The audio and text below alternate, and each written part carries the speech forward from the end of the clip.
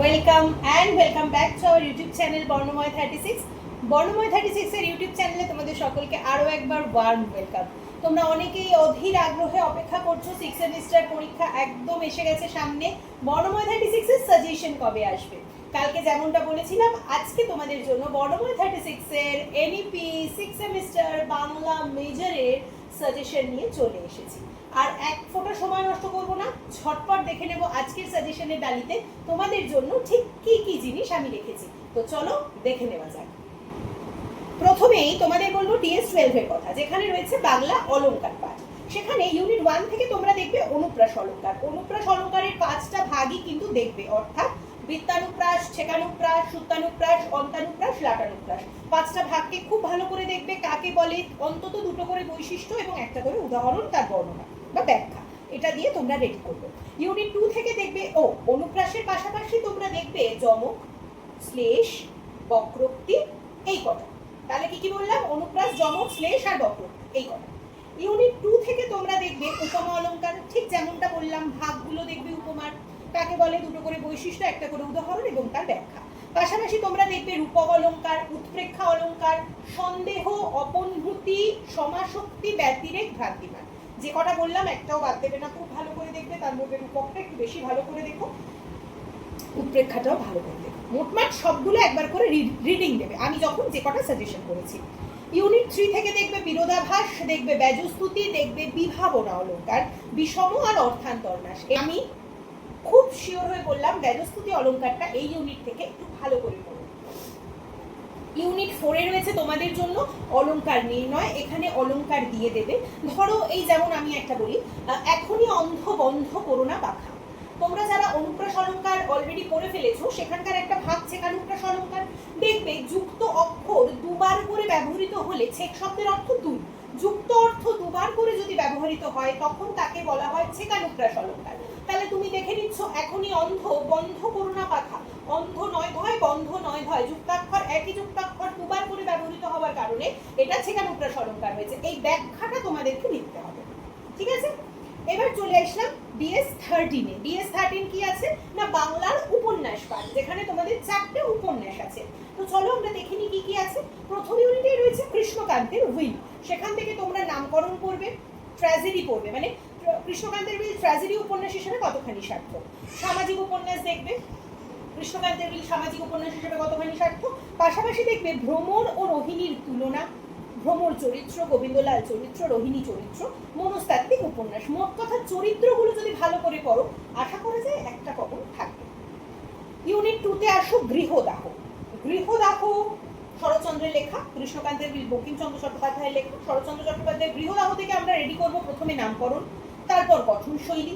এখানেও রেডি করব ট্র্যাজেডি হিসেবে গৃহদাহ কতখানি সার্থক উপন্যাস। পাশাপাশি দেখব মহিম, সুরেশ, অচলা, মৃণাল, এই 4টি চরিত্র। আর উপন্যাসে প্রকৃতির ভূমিকা, এই কটা খুব ভালো করে রেডি করব। এক্ষেত্রেও একই কথা প্রযোজ্য, চরিত্র ভালো করে পড়লে আশা করা যায় একটি প্রশ্ন কমন পাবে। ইউনিট 3 তে রয়েছে তারাশঙ্কর বন্দ্যোপাধ্যায় কবি। সেখান থেকে লোকায়ত জীবন, আঞ্চলিকতা, সমাজ জীবন, মানে কবি উপন্যাসে বর্ণিত তৎকালীন সমাজ জীবন। এছাড়া পড়বো নিতাই চরিত্র, ঝুমুর দলের ভূমিকা, বসন্ত চরিত্র। গৌণ চরিত্রগুলোর মধ্যে পড়বো রাজা চরিত্র বা রাজন চরিত্র, ঠাকুরঝি আর বসন্তের তুলনা। আবারও পুনশ্চ একই বাক্য পুনরায় বলবো যে চরিত্রগুলো ভালো করে পড়লে আশা করা যায় একটি প্রশ্ন কমন পেতে পারো। ইউনিট 4 পদ্মা নদীর মাঝি, চিরকালীন একটা কালজয়ী উপন্যাস মানিক বন্দ্যোপাধ্যায়ের। সেখান থেকে প্রথমেই বলবো হোসেন মিয়া চরিত্র, কুবের চরিত্র, কপিলা চরিত্র, মালা চরিত্র। উপন্যাসের নায়ক রূপী পদ্মা, পদ্মা কিন্তু পদ্মা নদীটার কথা বলছি। জেলে জীবনের কাহিনী, কুবের কপিলার প্রেম, আঞ্চলিক উপন্যাস হিসেবে সার্থকতা। এই উপন্যাসটির ক্ষেত্রে চরিত্রের পাশাপাশি আঞ্চলিক উপন্যাস হিসেবে পদ্মা নদীর মাঝি কতখানি সার্থক অবশ্যই একবার কিন্তু রেডি করে রেখো। এবারে আর সময় একেবারে নষ্ট না করে চলে যাব DS14 এ, যেখানে রয়েছে বাংলা ছোট গল্প। আমি আশা করব ছোট গল্পগুলো তোমরা এতদিনে খুব সুন্দরভাবে পড়ে ফেলেছো টেক্সটটা। যদি পড়ে না থাকো, এখনো সময় আছে, যে কোনো একটি রবিবার বসে ছোট গল্পগুলো সকাল থেকে রিডিং দাও, বিকেলের মধ্যে শেষ হয়ে যাবে। তো এখানকার ইউনিট 1 এ রবীন্দ্রনাথ ঠাকুরের গল্পগুচ্ছ থেকে বলবো কাবুলিওয়ালা, ত্যাগ, এক রাত্রি, নষ্টনীর, স্ত্রীর পত্র, শাস্তি। আশা করা যায় এখান থেকে তোমরা নিজেদের প্রশ্নের উত্তর লিখতে পারবে। ইউনিট 2 সুবোধ ঘোষের ছোট গল্প থেকে বলবো ফসিল, সুন্দরাম, পরশুরামের কুঠার, অযান্ত্রিক, নোভেল খুব ভালো করে রেডি করে ফেলো। ইউনিট 3 স্বাধীনতার পূর্ববর্তী বাংলা ছোট গল্প থেকে রেডি করবে ডমরু চরিত, রসময়ী রসিকতা, দেবদাসী, ডোমের চিতা, তাজমহল, কিন্নর দল। ইউনিট 4 স্বাধীনতার পরবর্তী বাংলা ছোট গল্প থেকে রেডি করব গগ্ন, জননী, স্তন্দায়িনী, দ্রৌপদী এবং মার্ডারারের ভাই। এবার চলে আসবো ডিএস 15 এ রবীন্দ্র সাহিত্য পাঠ, যার ইউনিট 1 এ রয়েছে শেষের কবিতা, একটি উপন্যাস রবীন্দ্রনাথ ঠাকুরের লেখা।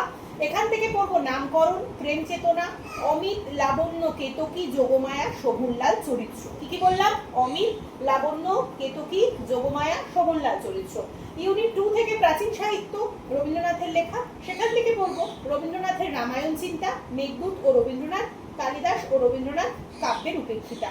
ইউনিট 3 তে রয়েছে ছেলেবেলা রবীন্দ্রনাথ ঠাকুরের লেখা, সেখান থেকে পড়বো ভৃত্যরাজতন্ত্র, সেকালের কলকাতা একালের কলকাতার তুলনা, পালকির প্রসঙ্গ, যাত্রাপালা প্রসঙ্গ, জ্যোতিরিন্দ্রনাথের বর্ণনা, সঙ্গীত মহল, লেখকের বিদ্যাচর্চা। এই কটা ভালো করে দেখবো।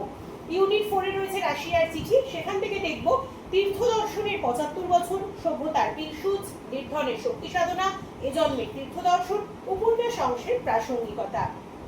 এইখানেই এবছরের সাজেশনকে আমি এন্ড করছি। আশা করি এই সাজেশন অনুযায়ী তোমরা পড়াশোনা করলে তোমাদের পরীক্ষার দিন নিজেদের হবে, পেন তোমার হাতে, খাতা তোমার, প্রশ্নের উত্তর রেডি রাখবে, আর মনে করে এটাই নিয়ে যাবে তুমি অনেকটা পড়েছো, তুমি সবটা লিখতে পারবে। বাকি বর্ণময় 36 তোমাদের সকল পরীক্ষার্থীর সফলতা কামনা করে। খুব মন দিয়ে পড়ো, পরীক্ষার দিনের সফলতা আসুক প্রত্যেক শিক্ষার্থীর জীবনে। দেখা হচ্ছে পরের কোনো ভিডিওতে। ভালো থেকো, পড়াশোনায় থেকো ততদিন।